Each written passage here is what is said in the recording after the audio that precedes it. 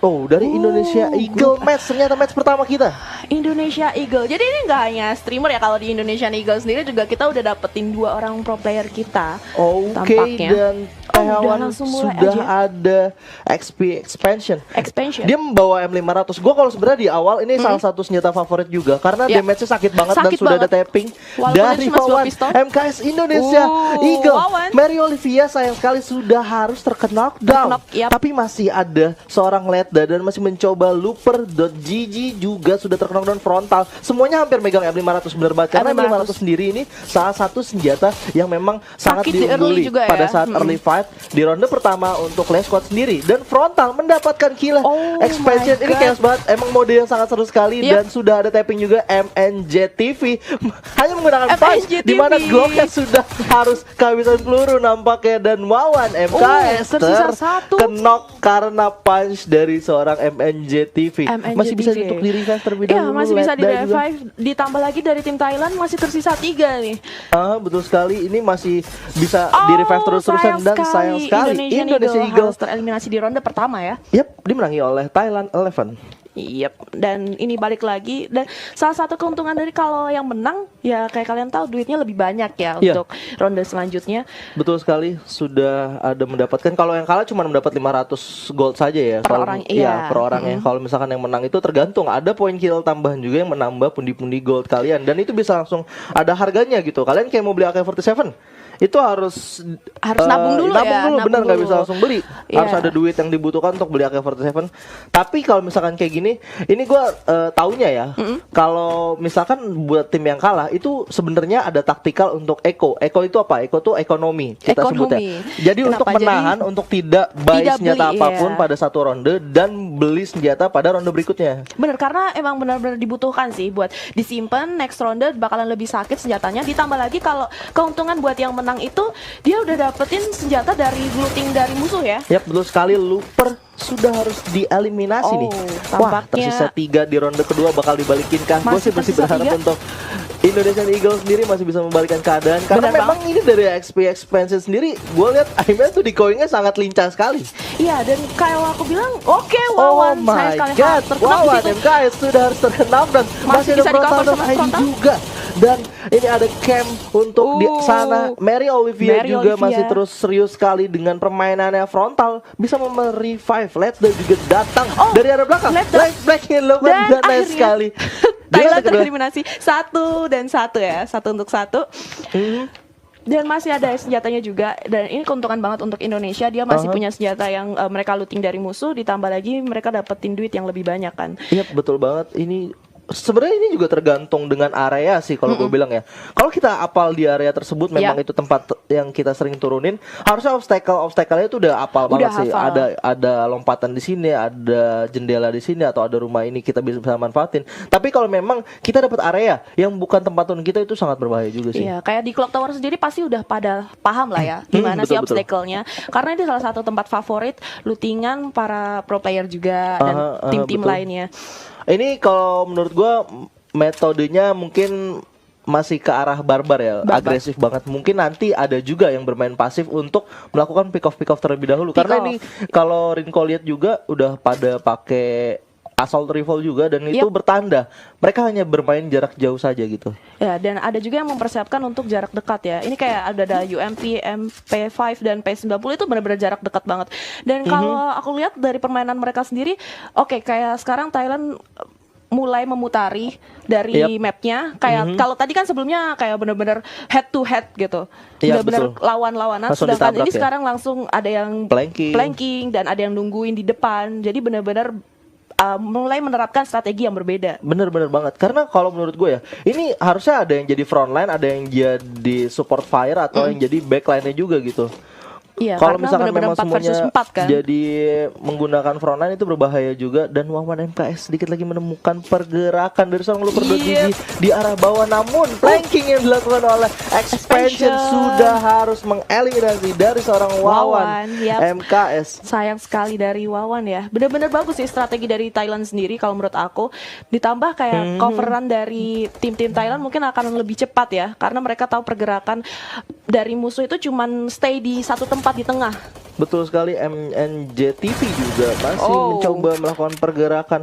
Ini masih menggunakan UMP. Kalau menurut gua mungkin ya untuk flanking yang dilakukan dari tim Thailand sendiri itu sudah cukup baik karena tidak terdeteksi sama sekali. Tidak terdeteksi, benar banget, karena udah dapetin satu ya Wawan ya. Dan lihat dari situ sudah mulai tercicil. Betul tapi sekali. Berhasil membalikkan keadaan. Wow, Ledda berhasil meng-counter attack dan sudah harus mengeliminasi salah satu player. Tidak ada cover juga dari Frontal ID dan Mary Olivia. Mungkin strateginya adalah dari Mary Olivia dan Frontal itu hanyalah sebagai backup firing aja ya. Jadi mereka berada di paling belakang dan ternyata ada zonanya makin mengecil karena sudah ada countdown itu 4, 3, 2, 1 dan artinya zona sebentar lagi hanya tersisa 1 dan expansion sudah berhasil, namun ternyata ada frontal dari arah belakang. Dan tadi frontal benar-benar nggak kelihatan sih posisi dia di mana. Tiba-tiba kayak zona terakhir muncul setelah semua musuhnya udah ada di zona, di tengah-tengah zona ya, play zone gitu. Iya, gue sendiri nggak aware kalau misalkan masih ada frontal di sana karena memang tidak terlihat untuk view kita ya. Nggak terlihat sama sekali dari frontal di situ. Wah, ini kayaknya seru nih, nggak ada apapun itu. Kalau misalkan bisa pakai untuk ban atau apa lompat-lompat ke sebelah kayaknya bagus juga nih. Oh iya, bener, dia kayak bakalan dapatin vision di atas ya. Tapi ya harus cukup hati-hati banget karena kita tahu kalau mereka beli misalnya nggak ada item glue wall atau apa, bakalan sasaran empuk juga di atap kan. Iya, betul banget. Memang harus butuh glue wall ataupun vest dan helm juga di sini ya. Iya, mungkin kalau udah round pertengahan ini sih mereka udah persiapin beberapa item itu. Kalau udah punya 2 senjata kayak gini nih enak banget nih. Tapi menurut gua kalau XM8 mungkin memang tergantung dari playernya sendiri mau bisa pakai senjata apa karena kadang nggak merasa ini ya sesuai ya, cocok ya. Damage-nya sendiri sih kadang ada yang make kayak sakit banget, tapi kayak kalau aku make nggak terlalu berasa gitu. Ya emang kalau Assault Rifle tuh menurut gua kayak cocok-cocokan ya. Emang ada yang pakai Scar, ada yang pakai XM8, ada yang pakai AK-47 juga. Tapi kalau sudah ada megang 2 senjata untuk Assault Rifle dan ada shotgun untuk jarak dekatnya ataupun MP40 gitu, itu udah enak banget gitu. Udah enak banget, kayak senjatanya udah bakalan lengkap banget, bisa dari firing dari jauh ataupun bisa langsung ngeras ke dekat ya.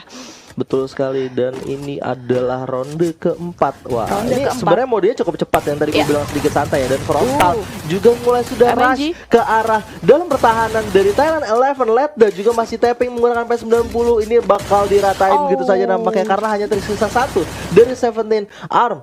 Dan Indonesia masih ada 4. Masih ada 4 berhasil di revive di situ, Wawan.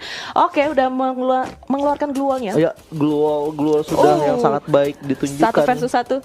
Frontal ini kalau ditembakin dari jarak dekat berbahaya sih.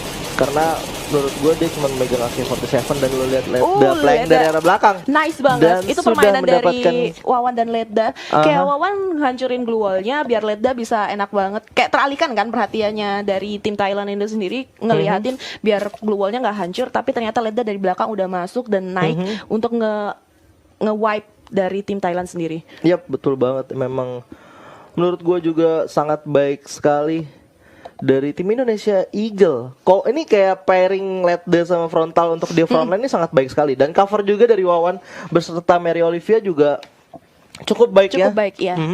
Sampai tadi Wawan walaupun terknok dia masih bisa di revive, itu bagus sekali sih. Iya, betul banget.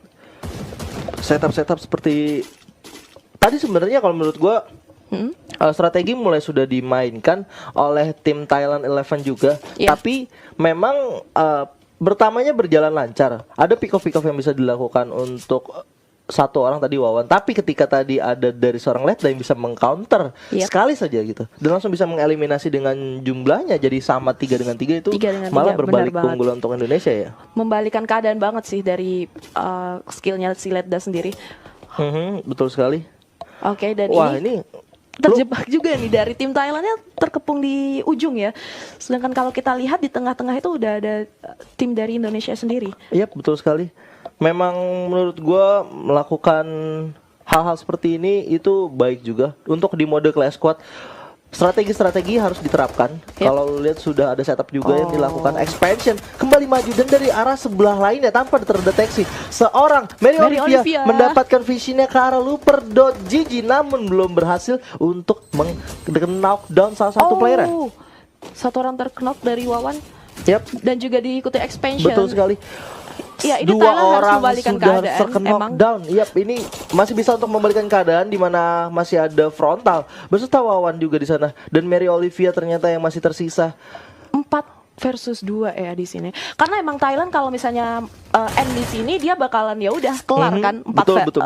Udah dapat 4 dari Indonesia itu bakalan kelar. Jadi Thailand benar-benar bermain agresif untuk ronde ke-5 kali ini. Yap, udah ada knockdown ke arah expansion. Sangat baik sekali duo antara Wawan beserta Frontal beserta Mary Olivia.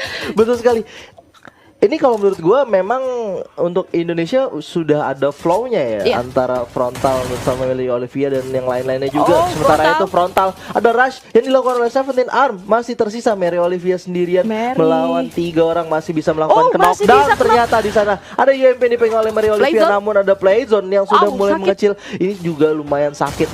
Kalau misalkan seperti ini ada securing, namun dari seorang Mary Olivia mendapatkan knockdown-nya. Comeback didapatkan oleh Indonesia. Sangat baik sekali. Sangat baik permainan dari Mary Olivia ya. Oh my god. Itu kaget banget sih. Bener, itu salah satunya karena pengaruh playzone juga ya. Kayak playzone-nya udah mengecil, Mary Olivia udah nge-secure duluan playzone, sedangkan 2 pemain lainnya di luar, 1 orang masuk, udah langsung kayak mungkin kayak nggak ngelihatin Mary Olivia sampai akhirnya bisa di end sama Mary Olivia. Wow, nice banget. Gue nggak expect sih. Jadi untuk Mary Olivia sendiri gue rasa oke, masih lawan 2, ini agak sedikit sulit. Tapi ada playzone yang bergerak, itu malah menguntungkan dari seorang Mary Olivia dan malah berhasil mendapatkan kill terakhir ya arah tadi Seventeen Arm kalau nggak salah dan mendapatkan kemenangan untuk tim Indonesia.